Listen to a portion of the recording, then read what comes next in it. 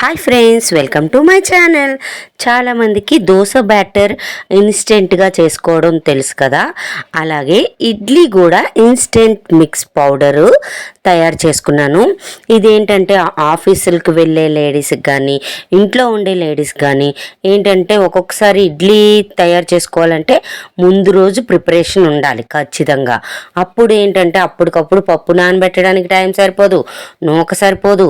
అలాంటి టైంలో ఈ ఇన్స్టెంట్ బ్యాటర్ ఒక్కసారి తయారు చేసి ఉంచుకుంటే సూపర్గా ఎంత ఫాస్ట్గా మృదువైన ఇడ్లీలు పెట్టుకోవచ్చు అంటే అంత ఫాస్ట్గా పెట్టుకోవచ్చు.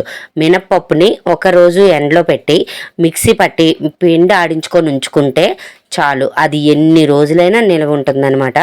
ఆ పిండి బాగా కలుపుకొని నూక ఎలాగ ఇడ్లీకి మనం నానబెట్టుకుంటాం అలాగే చేసుకొని ఇడ్లీ పెట్టుకుంటే సూపర్ టేస్ట్. ఒక్కసారి ట్రై చేయండి. బాయ్.